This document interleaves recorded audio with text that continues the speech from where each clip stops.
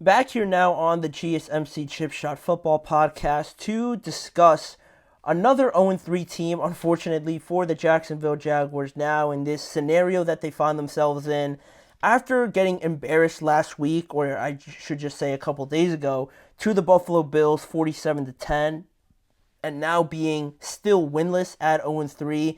It's hard to think of worse scenarios across the NFL than the Jaguars find themselves in right now, because not only have they been on the wrong end of some pretty bad losses. You look at the Miami Dolphins game, the lead that they had in that game, to give it up towards the end didn't look great. Then you kind of get beat up at home by the Browns and their defense. They beat up on Trevor Lawrence pretty good. And then coming into this game, another tough road contest, and it was just a non competition, no entertainment aspect, no competition. They didn't meet the standards that the Bills are obviously playing at right now. And to make matters worse, they're playing the Houston Texans on the road this upcoming week, which doesn't look promising at all. So that's why we ask the question of how close Doug Pederson is to being on the hot seat, right?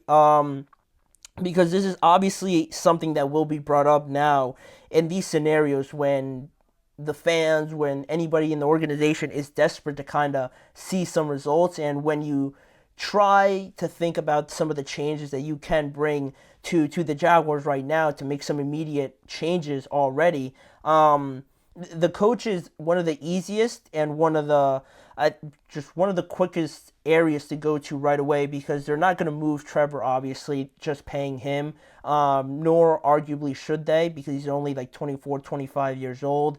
They're not going to go out and sign a top tier secondary player to help their very weak secondary. Also, they're not going to go out and find an elite lineman right now just sitting there on the market. So you look at the changes that you can make right now, and it's always going to be the head coach, one of the first people named to be let go of, to try and create some change. And you look at what the Jaguars owner said about a month ago. Their owner, Shad Khan, he had what he had in mind heading into this year in terms of expectations, and discussing the amount of pressure essentially that the Jaguars were dealing with this year, when he mentioned about a month ago the idea of these expectations, and how he wanted to see this team win essentially right off the bat, and do it now, with the words he was saying, because he said winning now is the expectation. Make no mistake, this is the best team assembled by the Jacksonville Jaguars ever. Best players, best coaches. But most importantly, let's prove it by winning now. And it's a hard reality when you have these comments, and then when you're looking at the game on Monday, right? This team was down a franchise record 31 points at half. Their defense gave up as many touchdowns as the offense had first downs in the first two quarters, right? If that makes sense, I'll say it again. Their defense gave up as many touchdowns, 5, as the offense had first downs in the first two quarters. Their offense in the first two quarters had 5 first downs, and that's how many touchdowns the Bills had on this defense in the first two quarters, which it might take a while to kind of understand that, but when you really get what I'm trying to say, it's a new low essentially for the Jaguars in here. And when you hear the words coming from their owner, how this is the best team assembled by the Jacksonville Jaguars ever, I'm pretty sure he said this close to when they gave this extension to Trevor Lawrence. So there's a bit of that in his comments, right? The idea of the confidence in wanting to reinforce this big decision that you had in giving Trevor Lawrence this money. But now, just a month later, you're at the bottom of the league. It doesn't look like things could get any better.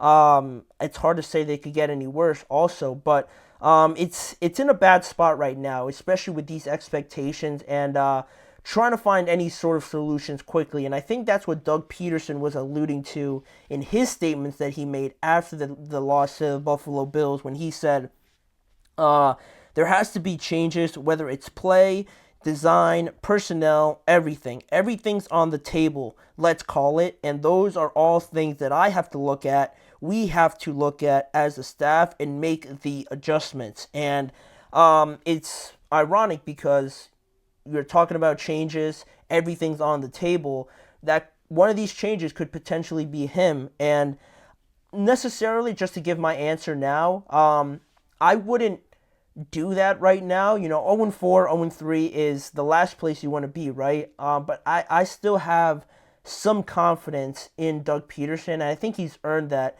just by the way he's, come in to the Jacksonville Jaguars and kind of changed everything around pretty quickly. You just look at last year, and it's weird to kind of pinpoint an area where this team has just gone wrong, essentially.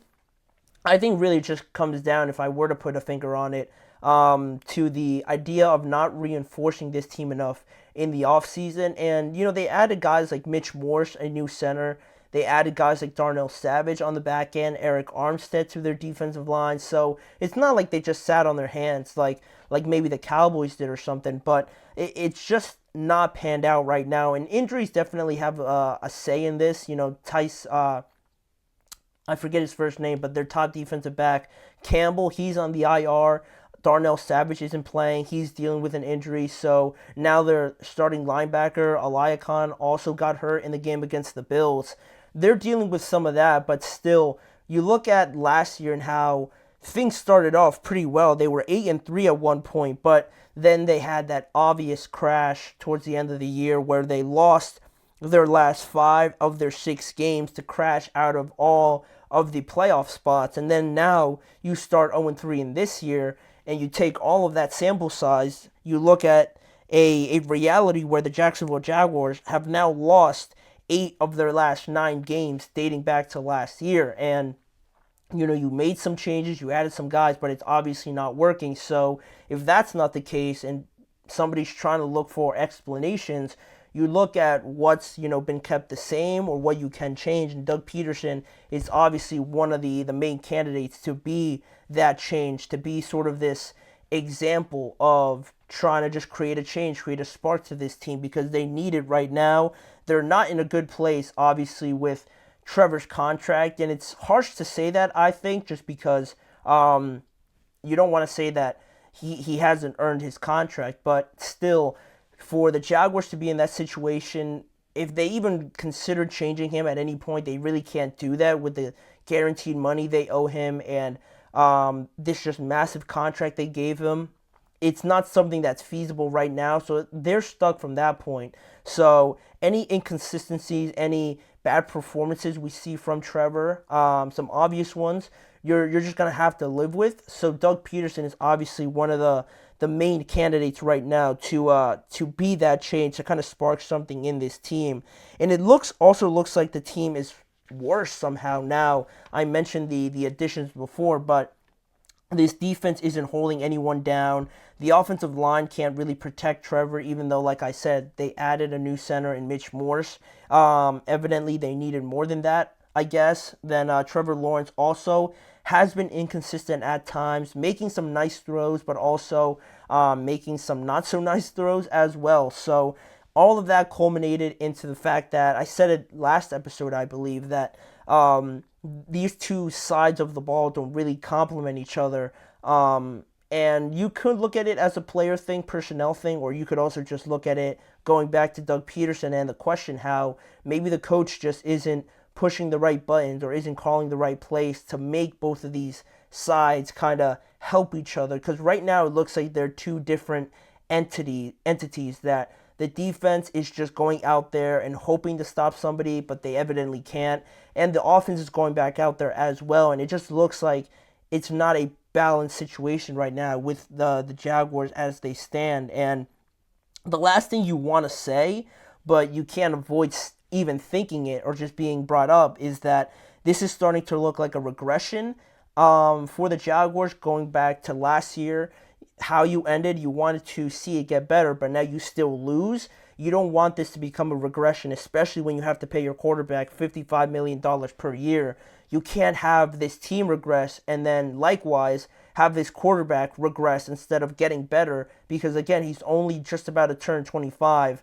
To see him take a step back, that's the last thing this Jaguars team needs, because you saw some of the successes that they had last year, right? In that the comeback win against the Chargers about 2 years ago. and how promising they look then. Then they start off the year hot, and now they're sort of crashing out of everything, it seems like. You can't have it all just kind of fall on top of you because you were so close to kind of being one of the contending teams at least. But now this has come out of nowhere, and to try and make a change and kind of salvage everything, it goes right to Doug Pederson. But with saying that, I wouldn't change him right now. I think he's earned a little bit of leeway here to try and right the ship because I think he is a well-respected coach. His players like him. He is a leader of men. So I think you can just give him the benefit of the doubt right now to try and right this ship right now. And you look at the games going forward and how he can go about that. I mentioned Houston this week, not so promising. I would bet them to lose that game. So then you find yourself at 0-4. The next two games, or the next three games, excuse me, are the biggest ones in their upcoming schedule because after the Houston game, you play at home against the Jaguars, or at home against the Colts, I should say. So that's a game where you should win or have your best chance of winning. Then you have two games in London, one against the Chicago Bears and another one against the Patriots. Ideally, in a perfect, flawless world, you want to win all three of those games, right? And then if you start 0-4 after the Houston game, you win three in a row, now you're at 3-4. And I think they're going to need it because the next games after that, I wouldn't take them in any of those games. You have a home game after the two London games against the Packers. You travel to Philadelphia after that. Then you're at home against the Minnesota Vikings. And then you travel to Detroit before playing Houston at home again. I wouldn't take the Jaguars based on what we know about all these teams in any of those games. So you need to extend the leash a little bit here and get these next three wins because this schedule is brutal for the Jaguars and it's not doing them any favors. So it makes these next games so critical. It makes the attention to detail and just the stress on the next couple of games so much more important for the Jaguars than arguably anybody else's next three games in the NFL because we're talking about keeping your job now at this point for Doug Pederson. He has to find a way to get these next three wins. I don't think he should be on the hot seat yet. If he loses to the Colts and then if he goes like 2-3, or I should say 1-3 in the next three games, then I would really consider him a candidate to be one of the first coaches fired because, like, again, you have to win at least two of these next three games because the rest of it is brutal. So